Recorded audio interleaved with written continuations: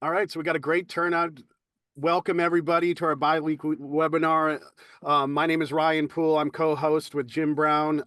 For people that don't know me, I'm a real estate agent, just like you all. Been doing this for over 20 years, out there selling real estate, working on listings, all that kind of good stuff. I'm also the founder of RealTrade, which is an online marketplace and social media platform for real estate.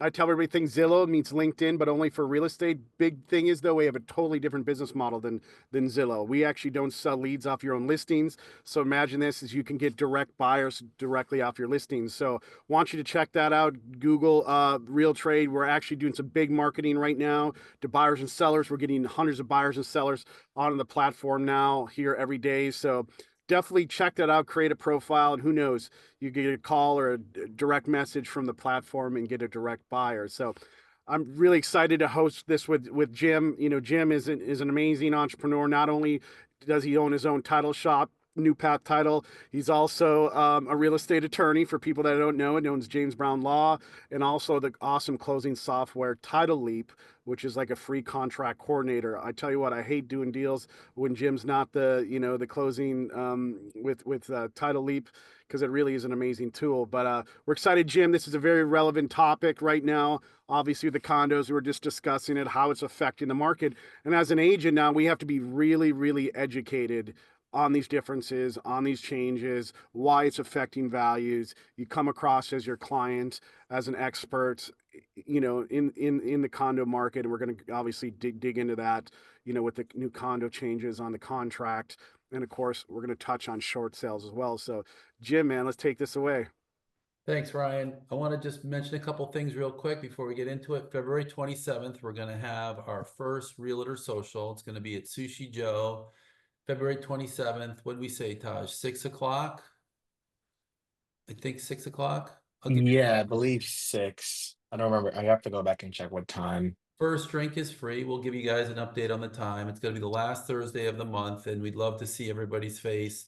This is an exciting podcast for me because I'm looking at the crew, and not only do I see a whole lot of new faces, I see somebody who Patricia has an AI bot taking notes on our podcast. So I'm happy we're gaining such critical acclaim that people are sending their AI bots. That's cool. Attend our social. Title advance. I just saw a deal tank at the last minute. If the agent had used title advance, that wouldn't have happened. You guys, it's just happening. We're going to talk about short sales briefly at the end. Title advance will keep you out of that hot water, but we'll talk about that later. Like and subscribe, and we have a closing cost calculator that's new and improved. It has all the features required by Sitzer NAR settlement that allows you to program in buyer's comp and seller's contribution to buyer's comp. I have not seen another closing cost calculator that has those features. If you see one, let me know. Um, my goal is to tell you what you won't hear anyplace else. There's no dumb questions. And I'm going to try to keep this to 30 to 45 minutes. If you turn on your camera and I can see your responses, it's great. If not, I respect that, but it allows us to move through the material. Ryan's going to give you some more time-saving tools at the end of the video. And you can always text me any future topics, or you can call me and we can talk about anything you're struggling with 24/7. You can find my information at newpathtitle.com. Click on 24/7 attorney support. Without further ado, I will share my screen and I will jump right into it. So we have the new Condo Rider, again, a revised condo sale checklist, and short sales made easy, save time, work smart, make money. Before we get into it, everybody's talking about AI, and it just is the big buzz on all the major medias right now. I want to just share with you something that another agent shared with me. It's a tool called Perplexity. I started using it about 5 or 6 months ago, and I use it more and more. The thing I like about Perplexity is that when you ask it a question,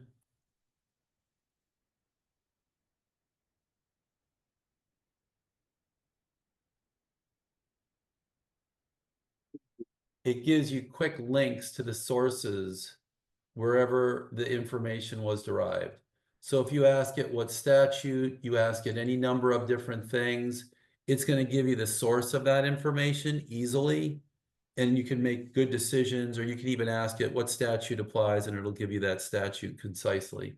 And if you ask it a question and you want to drill down deeper, you can even say what statute or what rule supports that position, and it'll give you that information. You got to have some basic knowledge of a topic. If you're going to use AI, do not cut and paste an AI answer into a text for your client. I've had so many clients call me and send me a screenshot of what the agent texted them, and they want me to throw the agent under the bus. And I can't do that. But if you guys have any questions and you call me or you text me and we talk it through, I'm happy to give you the best answer to respond to your client. But again, don't copy and paste an AI answer and think you're going to be out of the, think you're going to solve the problem, unless you really know the topic well, and then you can feel comfortable doing that. But if you don't, and you're in the deep end of the pool, don't just blindly do that and think you're going to make your point and you're going to have that problem solved. It could just open up a whole nother world of issues. Today is January 28th, 2025. The Florida Realtors, those rascals at the Florida Realtors, revised the Condo Rider again.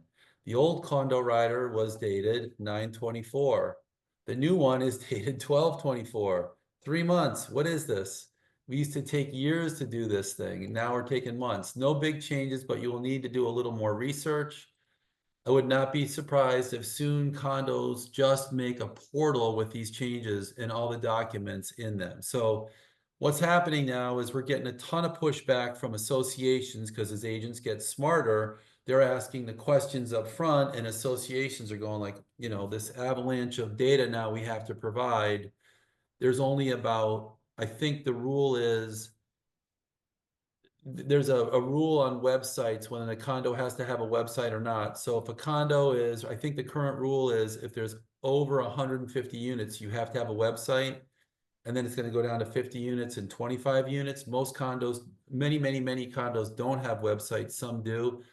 My point is, I would not be surprised soon if all condos have a website with the checklist stuff we're going to go over in a minute to make their life easier. It just makes sense, because now they're just piecemealing it. Clearly, older associations are struggling. And again, as agents get more savvy, the associations are buckling. I'll provide a form and an authorized by statute and supported by law that helps you get what you need from the associations. And we'll go over. That's pretty awesome, Jim, because I know in our last webinar, we had a lot of agents saying of the challenges that they are facing right now of trying to get the information from the condos, obviously, to share with buyers. So that's huge. Yeah, knowledge is key, right? Knowledge is strength. And so if you just say, give me this stuff, and they say no, what do? You call the attorney that you're working with, or you call your client. But really what you want to do is you want to have more frontline tools that you can reach into your belt and throw right on the table immediately. And that way you look like the strong agent, the knowledgeable agent. Ryan, do you see that there's a lot of condos going to bigger management companies like Castle Group and First Service? That's what I think I'm seeing Yeah. Say that again, Taj. on this side. Your screen's frozen, going in and out of freezing. Yeah. Is No, that he was saying, that- are you seeing more like of these condos, these kind of mid-level condos going to more of the larger Right. property Management companies. Yeah, to stay in compliance. Yeah, thought- definitely seeing that. Taj, your screen's bouncing in and out of connection, but it's super interesting having Tajay, because he's looking at all the estoppel letters, he's looking at all the orders, he's looking at all the associations, and we always call us the lifeguards, right? When we see trends, we see everybody in the pool, we can tell you guys how everybody's swimming or not.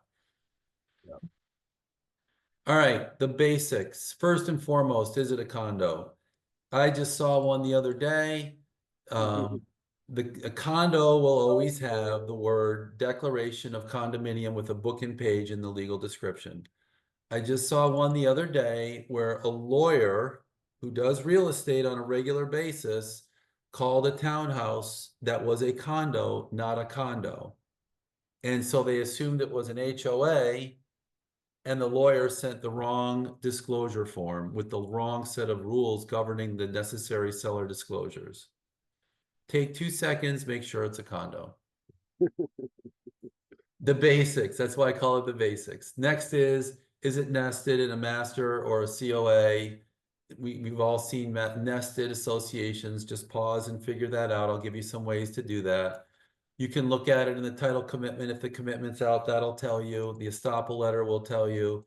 Short of that, you're just going to want to see some bills from your seller or something like that. But you need to know if this stuff is nested under the new form, and certainly even before the new form, you had to know it because it could bite your deal in the butt at the last minute. Are the assessments the seller told you accurate? I have had so many calls in the last couple of months where sellers called me in transaction, or as agents called me in transactions that we weren't doing, either saying the statement the seller gave them on assessments was wrong, because some of these buildings are changing assessments 4 times a year. The basic reoccurring assessment. So you have to make sure you're getting the right assessment. You can check the estoppel when it comes in. It takes 2 seconds and it's in Title Leap. You'll get a notification and you can just click on it. You can make sure it's accurate.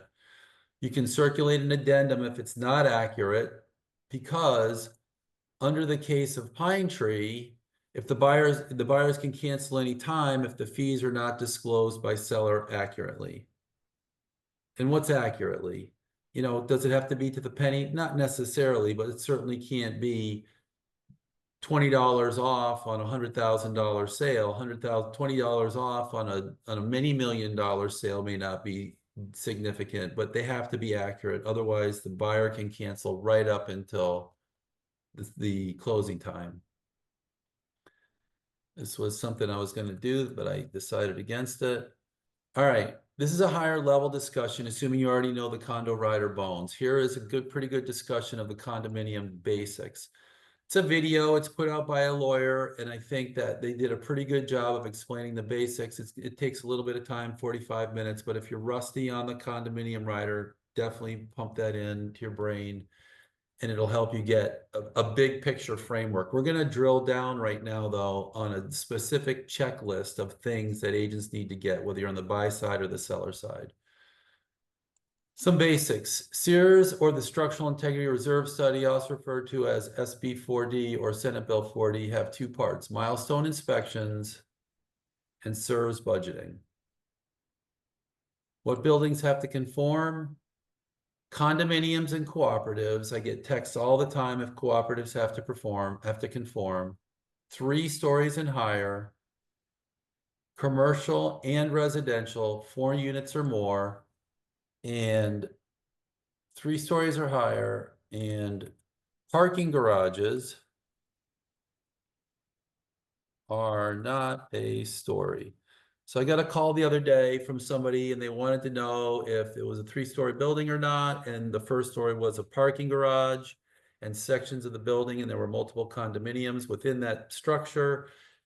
Some of them were 2 stories over the parking garage and some were more stories. So the answer was quickly the ones with the 2 stories over the parking garage, although it appeared to be 3, didn't have to conform to milestone inspections, but in the separate association, it was down in Miami on the other side, the 3 stories or more had to conform. Is that clear?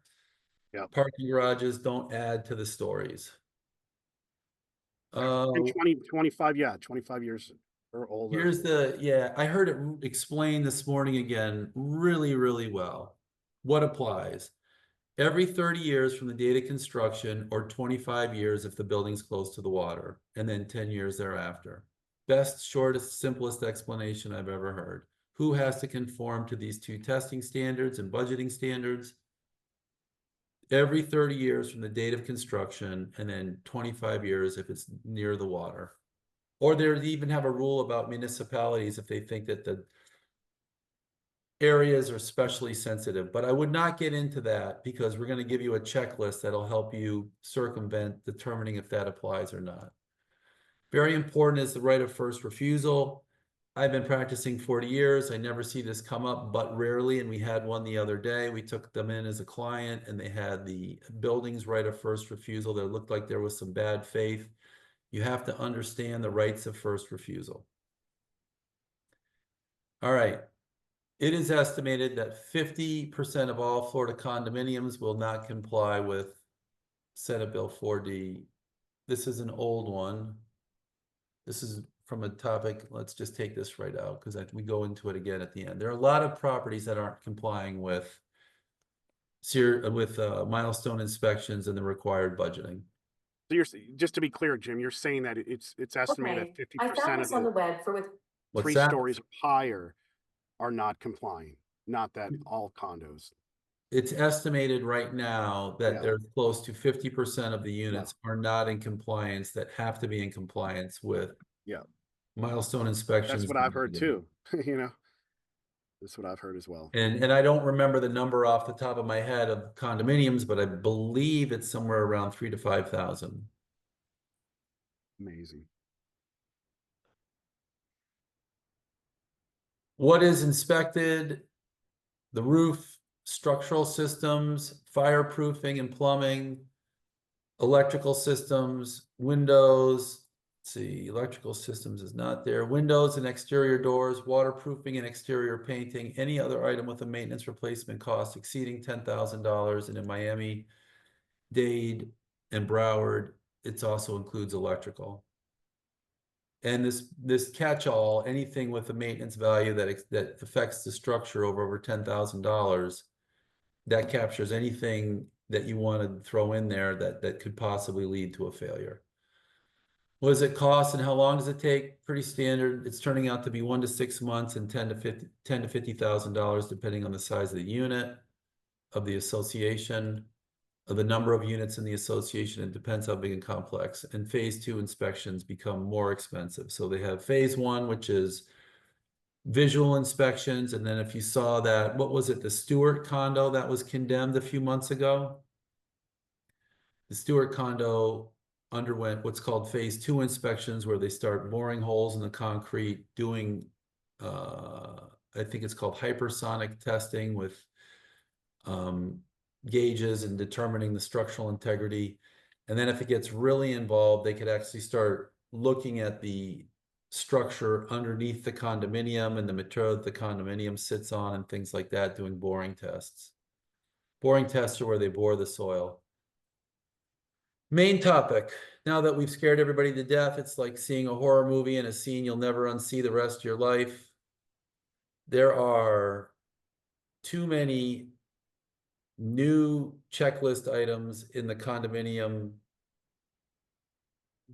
checklist I'm going to give you. I'm not proud of that. I just want you guys to know what the issues are. So we'll go through it relatively quickly.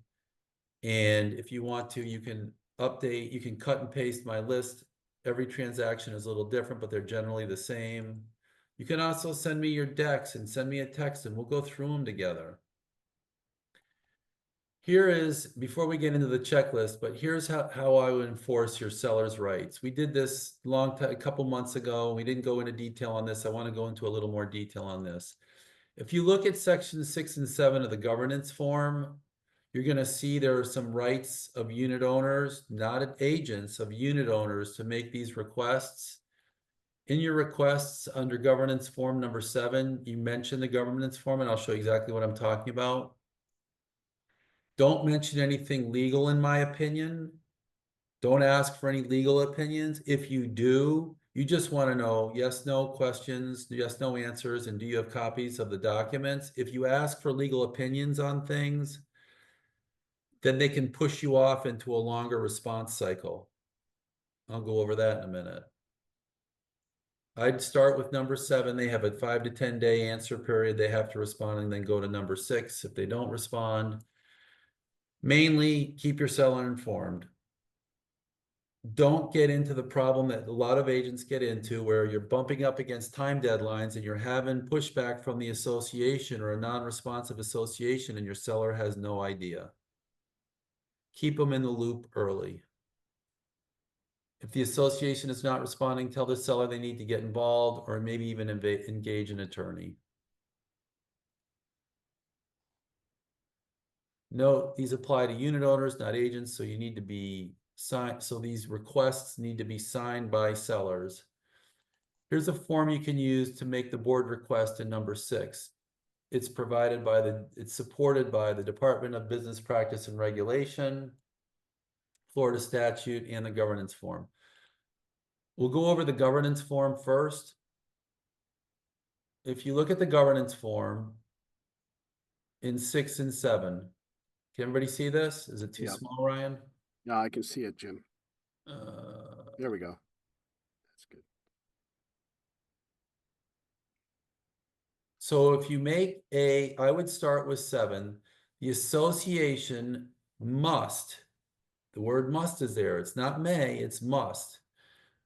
It's mandatory. Make its records available for a unit owner inspection within 10 working days after receiving a written request. Very simple. Don't ask for legal opinions. I'm going to give you a checklist. You just want to have documents or yes or no answers. You're going to make that. In your statement, you're going to say pursuant to paragraph 7 of the general conditions of the Florida certified governance form, please provide the following or answers to the following. And I'll give you that checklist. If they don't respond, now you can go to the board and you can do a board request, but it's going to take a longer response cycle. So they have 30 days or within 60 days if the board requests a legal opinion. Is everybody following me? If you make the request, they have 30 days to respond, but if you start making legal question answers, requiring legal question answers, now they have 60 days to respond. So you've basically blown yourself out of the water. So you want to stay way ahead of the curve as an agent here if you're working on a listing with a condo. You know what I mean?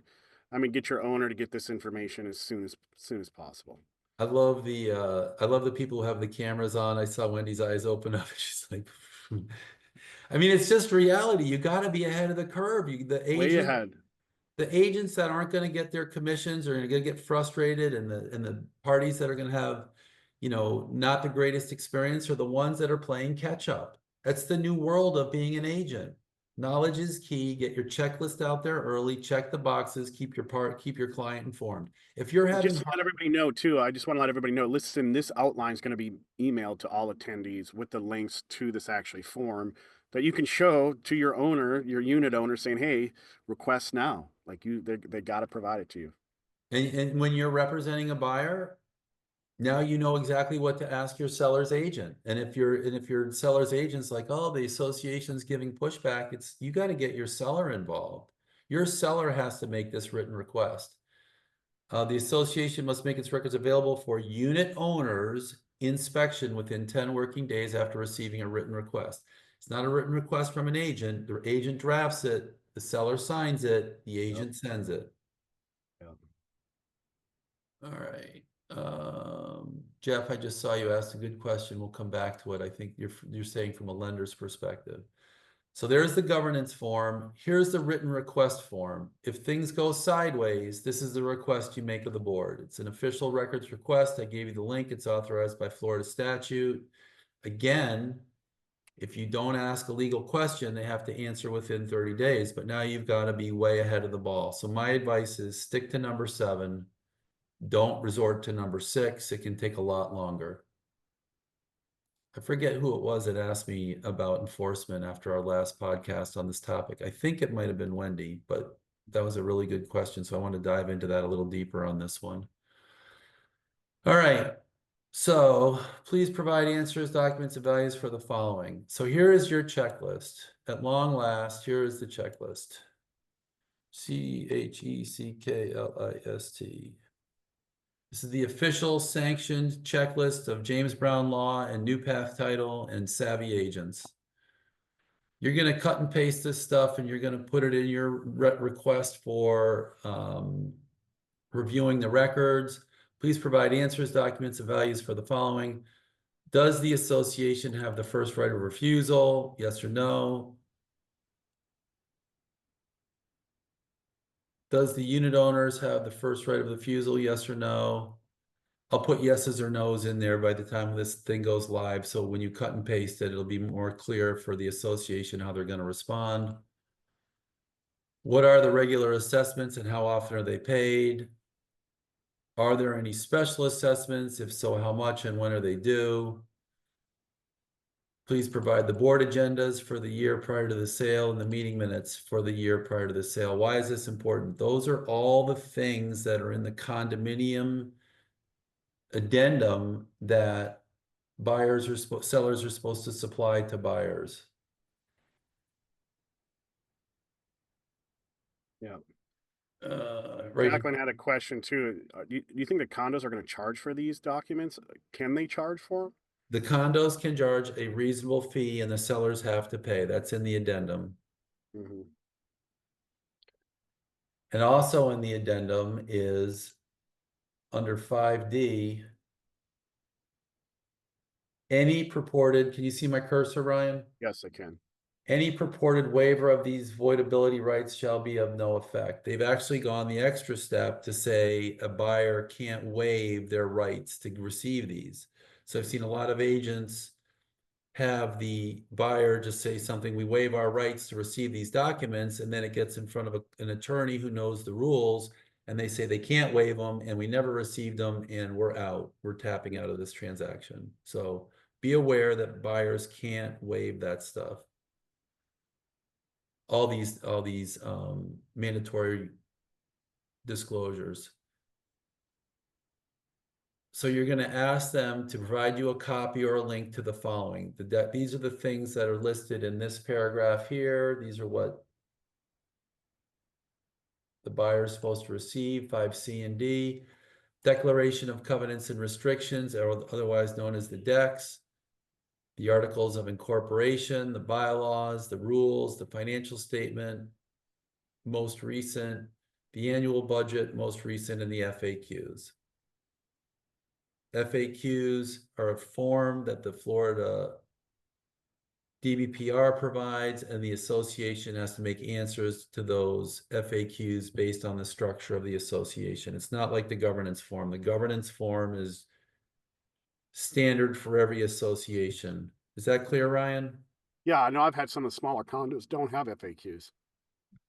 Some of them don't, but they're required by law to have them. And so how do you deal with that? You tell your seller they don't have FAQs. They won't give them to me. They've never made them. Seller says, what are we going to do? And you say, we're going to just disclose it to the buyer. That's all you can do.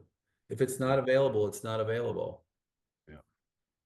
Are the parking spaces, storage locations? So this is more of this is 14 on your checklist of what you're asking of the association. I'm not trying to scare you guys out of doing association deals. I know it looks like that. That's not my goal. Are the parking spaces, storage locations, or other amenities assigned to the unit? If so, what are the locations?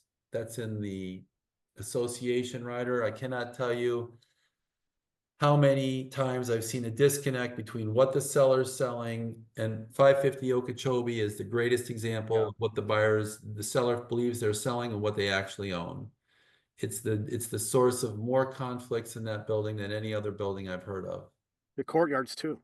Courtyards from Marriott, yeah. I mean the courtyards, yeah, in City Place. City Place, yeah. The governance form, I provided a link above. That's something that you have to give to the buyer. You don't have to ask that of the association, but I put it in there anyways. Here's something I changed just for the podcast. This is new material. So they restructured the form. They restructured it last fall, and then they restructured again recently. It now is broken into 3 sections: milestone inspections, turnover inspections, and structural integrity reserve study. Yep. I think it could have been ordered better, but that's how they structured it. So here you're going to ask them again, just cut and paste. Are milestone inspections required for this property? Don't get into distances from the water and years and all those things that agents are getting hung up on. They're texting me and they're saying, you know, this thing is so many miles from the water and we know that an inspection is done or inspection is due and their board's not, and the association won't give it to us. Don't get into that discussion. Just send them a written request and it simply says, is it required for this property? If you look at the way each one of these questions is structured, the way I've structured your inquiry, it's going to answer the rider the way the rider is structured. The first one says, has it been completed? The second one says it's not completed. And if it is completed, if it's required, has it been done? I'm sorry. The way I've structured is going to get you in the ballpark to answer the addendum quickly and concisely. The turnover, the same thing. Is it required? It's not required. Has it been completed if it's required? The structural integrity reserve study structured the same way. Is it required? Is it not required? And if it's required, has it been completed? That's what I gave you here. If yes, is the report completed? If yes, please provide a copy. Is the turnover done? Does a turnover apply? Mhm. And if the turnover applies, is the inspection completed? If it's completed, send us a copy. Yeah, Beth had that question. Unless the property was built after July 1st, 2023, the turnover inspection is not necessarily required, correct? I would stay out of that and just ask the association. Okay. If you start, you know, there's a whole bunch of intricate rules on lien theory, on lien priorities and condominiums and second mortgages. You can just, if you start trying to understand the nuances of all the rules instead of just answering questions, and what I always say, be the conduit of information. The agent never wants to be the interpreter of information. As an agent, you always want to get your information from an authority and you communicate that information. When you start talking about turnovers and date triggers and things like that, I would not go that far. I would simply ask the association, has the association turned over as defined by Florida statute 718.301? If they say no, you've done your job. If they say yes, you've done your job. Instead of trying to go toe to toe and say it should be done or it shouldn't be done. And then you're going to conduit that information to your client. Structural integrity reserve study, same thing. If it's done, yes. If is it done or not? And then if it's done, is it completed? And if it's completed, please provide a copy. This is gold, Jim. This is so gold, being able to send to these condos. Gosh. For the agents that have tuned in, they're either loving me or hating me or some combination of the both. All right, the new Florida law, this went into effect in the last. Here, Wendy has a quick question. Is it better to forward that information from the association directly to the agent? I gave it to the client. I gave that a lot of thought before the podcast. And I think what I would do as an agent, when you get these answers, and I'll put it in the outline, forward these answers directly to your seller. Don't summarize them. Don't give your opinion. Forward these questions and answers directly to your client when you get them from the association. And the new Florida law disclosure, are there other associations governing this unit? If so, what are the fees? That's this The other next, section. And then this also ties into this section up here.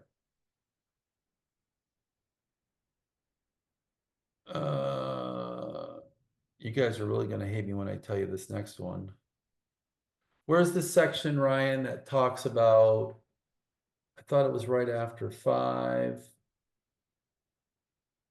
There's a section that talks about HOAs. Do you know what I'm talking about? yeah. Well, I Here mean, it is. No, here it is, right here. yeah. If the property is part of a homeowners association, see Rider B, homeowners association, community disclosure for further information, including additional assessments and fees. Rider B is the B in the standard contract form when you have the list of riders. You're gonna have to check that, and then you're gonna have to fill out one of those in addition to. So I put that in the checklist. That'll trigger you to go back to that section. I said 5 earlier, but it's actually 3. It's the very end of section 3. Okay, good. And last but not least, the 3 things you won't hear anyplace else. Are there any violations of the condominium association rules or regulations? In the decks, in the rider, it says that the seller is going to pay it, but it doesn't necessarily say that there's anything pending, and it doesn't require the disclosure. So if you ask that question, now you've got that answer, and you can have that, you can start doing that work or have that conversation with your seller.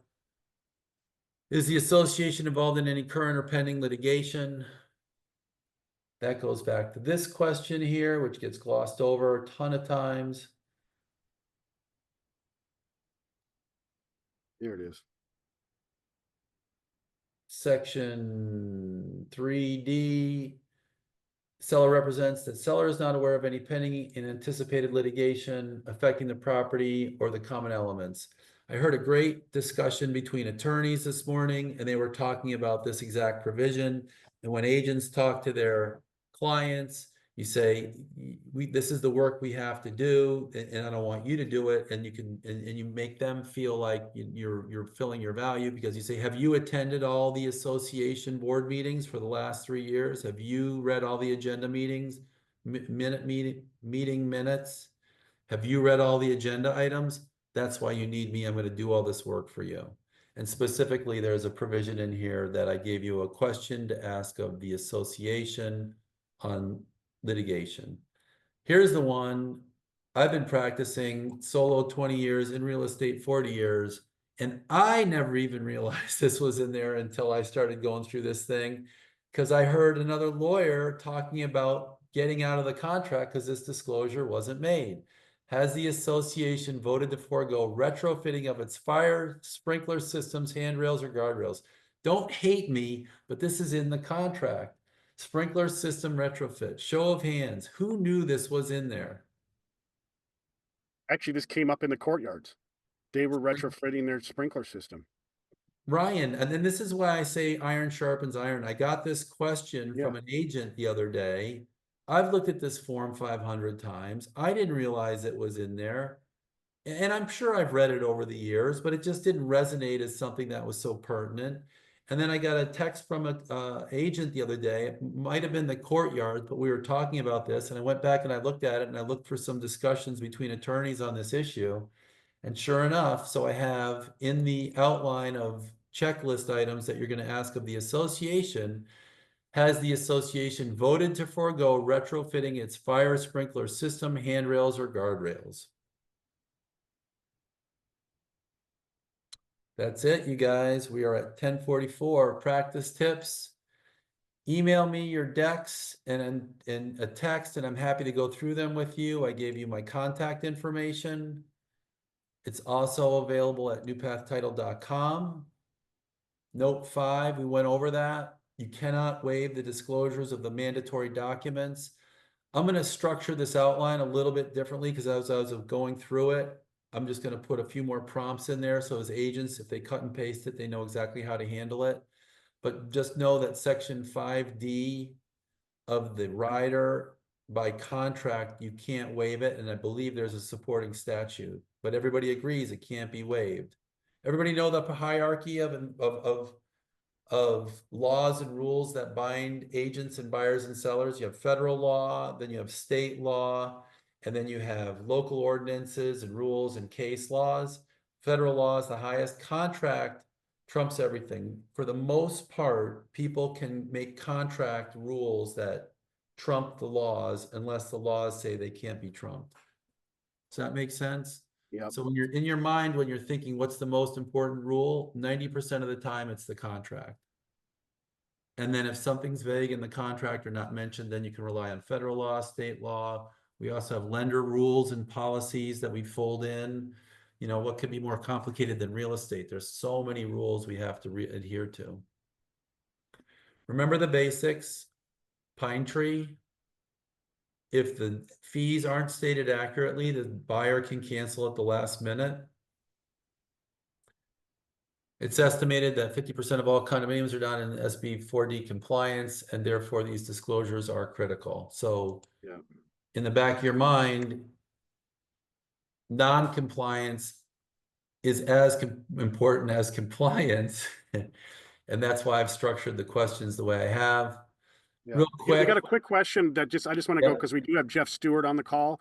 Someone earlier asked, since there are 50% aren't in compliance estimated, I mean, are the lenders now, since it was the January 1st, Jeff, do you know if the lenders are going to lend if they are not in compliance with Senate Bill 4D? I mean, what are you seeing in the lending industry right I don't now? know specifically about that one bill, but the condo questionnaire, I'm assuming those questions are in there. 99% of the lenders aren't going to lend if they're not answering that questionnaire. I do have one lender, but they still require two questions to be answered. One is, as Jim mentioned, the litigation, what's going on. If there's insurance to cover the litigation, it's not an issue. And the other one is delinquency on HOA dues. So if they're raising the assessments, it's going to be pretty likely there's a higher deficiency in that development. So there's probably some percentage triggers. A lender will lend if the delinquencies Yeah. are over a certain rate or under. I would love to educate the agents on the particulars of the questionnaire that lenders send to the condo. I'd love to see that checklist. Jim, I'm being told by associations that attorneys are telling them not to answer the question. Don't answer it. Don't answer The anything. lender's condo questionnaire. Yeah, that list of those 22 items, that looks pretty similar, like a condensed version of the condo questionnaire. Well, here's the answer to that. A seller can make those requests and the association has to answer. It might take a while, but the association has to answer to the seller. Does the association have to answer to the lender? Not really. Not under any, I should say not under any Florida statute or regulation that I'm aware of. Yeah, it's to the seller. Like I said, I only have one lender that will lend in condos that won't That waive the answer that, but they disclosure. still Yeah. want those two questions answered. Yeah. Well, that's good to Now, know. So there is deals, there is lending deals. If they aren't in compliance, it sounds like a Senate Bill 4D. I mean, and You're talking about what Taj was talking about earlier. A lot of that, the lack of sales are probably because you can't get financing in a lot of these condos. So yeah. And then Linda brings up a real valid question here. She said the Condo Rider is a buyer's document, right? That they're putting in there with their offer, right? You put it in there. How is the buyer or buyer's agent supposed to know the proper answers when preparing an offer to purchase? Seems like it should be in a seller's disclosure. Agent liability seems high. I mean, I guess the question here is like, you as a buyer's agent now have to be more educated and basically educate the seller's agent. You know, well, I I mean, think that you're going to make your offer for price, and you're going to have an inspection period, and it's going to be subject to the seller providing the condominium rider. The buyer, there is no buyer's agent unless they've worked in the building on the seller side. They're going to be able to fill this thing out with an offer. There's going to be, TBD written all over it. You're going to make your offer, and it's going to be subject to a seller's disclosure. In paragraph 20, that's a great question. It's the tactical question. What do? You make your offer in the contract. You make your offer by providing a contract signed by your buyer to the seller. In paragraph 20, you say subject to an acceptable seller's disclosure signed by all parties or signed by buyer. well, yeah, you could put that in there. I guess how I do with the condominium rider, how I've done it before with buyers into condos is, I ask the seller's agent, as I'm filling it out and I'm going through it. And then I guess the seller then the buyer signs it, and then the seller, if it's correct, signs off on it. I mean, that's how. If the buyer puts in a fee of $68 and the reoccurring assessment is $85 and the seller signs off on it, the seller doesn't have the argument, well, the buyer signed it. Yeah. The buyer drafted it. The answer is the seller signed it. You The follow seller, what I'm exactly, saying? the seller signing it. Yeah, if you do it the way Ryan's suggesting, and you draft the contract and the addendum at the same time, and the addendum is drafted based on a conversation with seller's agent, buyer's agent, and seller's agent, and the buyer fills it all out. It doesn't matter if the fee is wrong or right. If the seller signs off on it, it's assumed to be right. Yep, exactly. So there's another tactical way to do it. I mean, it's Tajay and I and Christian were going through the condominium disclosures the other day. We spent, a 1 hour meeting turned into an hour and, multiple hours. Cindy says I send the offer with a blank condo disclosure for them to complete, and we'll have buyer sign when received. There you go. I mean, if you check off in the contract form, if you check off Condo Rider and you have your buyer sign it and you send a blank Condo Rider not signed by your buyer, the implication is it's subject to the Condo Rider, and it's got to be. Yeah. Because you've made the election and you've signed the contract form. Is what I'm saying clear? So you sign the contract, you make that election in the over the signature section that the condominium rider applies, and you send over a blank form. Whether you sign it or not, the seller has to complete it because it applies. Yeah. I'm kind of, and that's the danger and the benefit of doing these things live. You sometimes get hit by questions, but I think the tactical thing is questions you haven't really thought out answers for, but the tactical thing is don't burn up a ton of calories at the front, get your offer in as soon as possible if you're on the buy side, and get this thing signed up, and then you can figure out the Condo Rider. If you do it subject to in paragraph 20, then you're going to have the gift of time to figure out all the details and have those conversations with your client. And the inspection period wouldn't start until the condominium rider is signed. I like to finish I like to get everything buttoned up at the offer stage. Yeah. Should we go over short sales real quick? I mean, Yeah, here's the short sale answer, titleadvance.io. Yeah. I mean, guys, this is an amazing. Let me just chime in, Jim, because I use this on every single deal now, even when I'm making offers on properties, obviously if I'm going for listings, but if there's any kind of crazy, title issues, or, if there's some kind of crazy balance on a Equity. loan that doesn't cover the sale, where they're going to have to bring cash to the table, hence a short sale, right? If they don't have the cash, it's a free service Jim offers, titleadvance.io. It's actually on your dashboard under RealTrade too. But man, this can save you so much time and effort on deals. It's incredible. The reality is sellers don't know, and I had one the other day, that their HELOC is a mortgage and it has to be paid off at closing. Not every seller, but a lot of sellers don't realize that.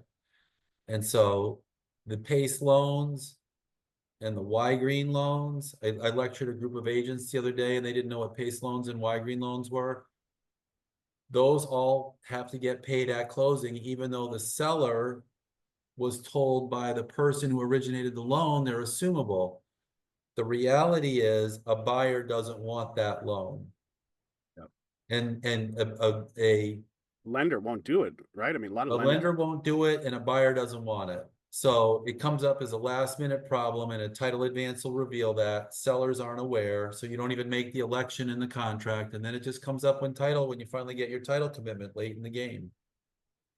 It's an amazing free tool. It really is, And with regard to short sales, you guys are our spies, right? You're out in the community meeting buyers and sellers. This work is great work for our law firm, and we'd love to do the work for you. And the reality is we're going to represent the seller in the short sale. And if you ever hear a seller say, I'm just going to let it go, you always want to say, talk to an attorney. You never want to do that. That's the death nail for a buyer, whoever wants to get a loan in the future. There's lending guidelines that have become loosened, but it still is the hangman's noose for anybody who ever wants to get a loan in the future for a long time to come. And you always have options. Never let a client say, I'm just going to let it go. They always have options.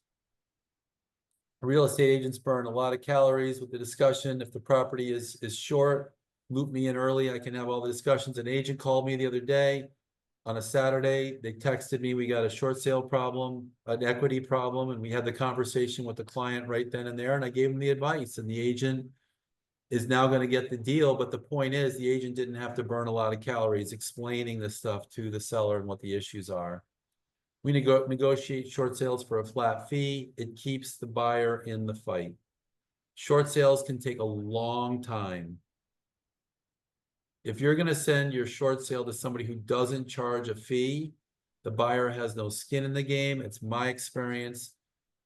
They get frustrated, fed up, and quite often pull out of the deal after the agent and the title company have done a lot of work. If they give you some money up front to work on the short sale, they're going to be there for the long haul. If they don't give you the money up front, they're probably not a real seller anyways, and you're just going to burn a lot of calories. And what a lot of agents do is they'll go and they'll, we say, well, we want a flat fee up front. It's usually $1,500. Then they'll go find a title agent that'll negotiate it for no flat fee. And then they'll call me later and they'll say, oh my gosh, we did that for a year. And this is going back several years. We did this dance for a year, and then the seller pulled out at the last minute. And they just got sick of providing documents and income and verifications and all those things. So employment verifications and all those things. Jim, don't you have to have the seller's lender approval on those two? That just because you make an offer that the seller will accept doesn't mean the lender will accept it, correct? Correct. There's a short sale addendum in the contract forms, and think of a short sale like a 3-party agreement. The first party is the seller, second party is the buyer, and the third party is the lender. Yeah. If any one of those people change their mind or has heartburn or don't like the terms, the transaction generally is canceled. And so the seller has to come up with they have to get terms that allow them to come to the table, potentially with nothing out of pocket. But it gets complicated quick, but the reality is exactly what Jeff said. The lender can squash a short sale. Bonus topic, in your FAR bar, you're going to choose a title agent. We would love to have that title agent us. You can do that with no additional cost to your party. Take the standard title election in your contract that would be consistent with your county.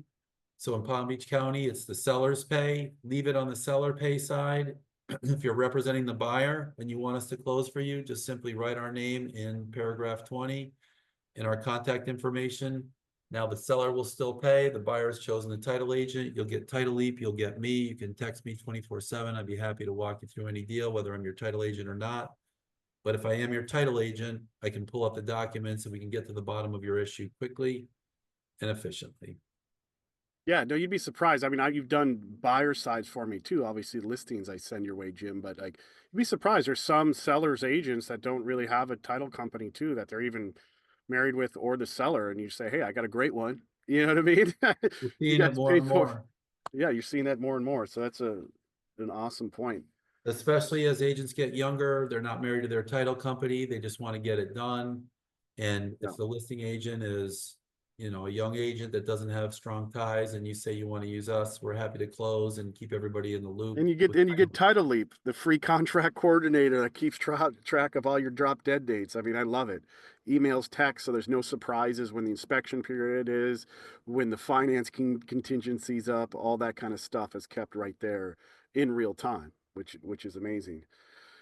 Wow, Jim, this has been a really good one. We got, it's been a tough, year and a half with all these changes, that all started with that big Sitzer, Burnett, case, right? And we've had Jim here getting us through this, making some awesome, educated agents, because that's what it takes, guys. If you're going into a listing appointment with a condo now and you literally go over what went over on this, on this webinar, and you're educating that seller, right?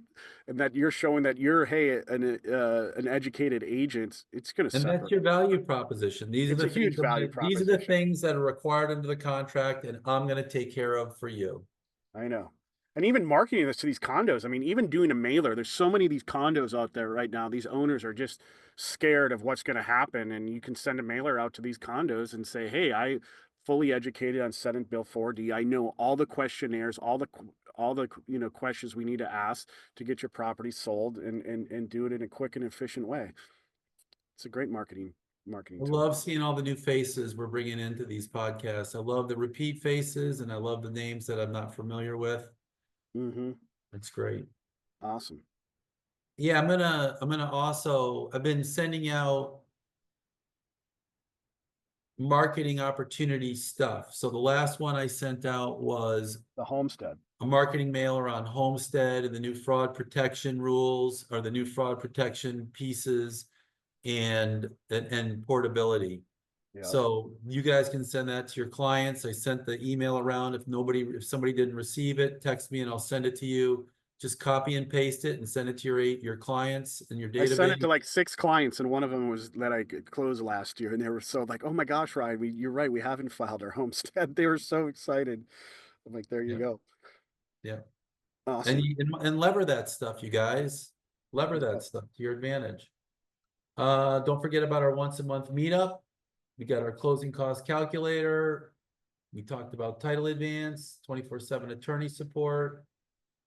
And we have a full service law firm for evictions, ejectments, partitions, you name it, we can do it. Transactions with trusts, all the good stuff. Probates, Yeah. people who don't have enough equity, and you got to use RealTrade.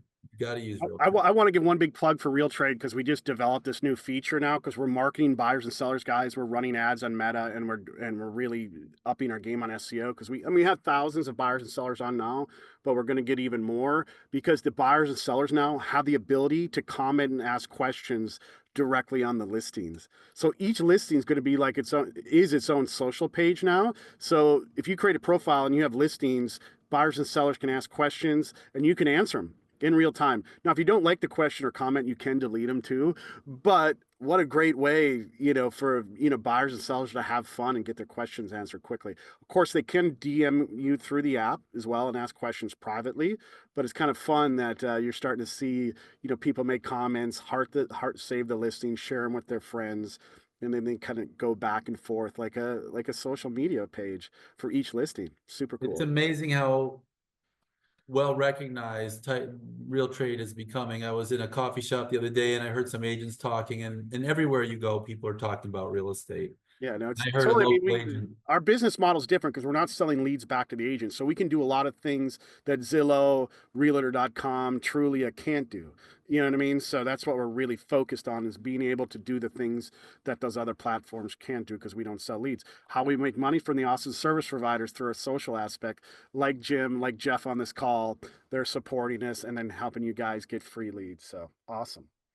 I'm quickly going through these questions. Did we get to all the chat? Yeah, I think we did, Jim. You did really good. Oh, so the SIRS compliance, is it 3 stories and higher and 4 or more units? Yep. Yep. Yep.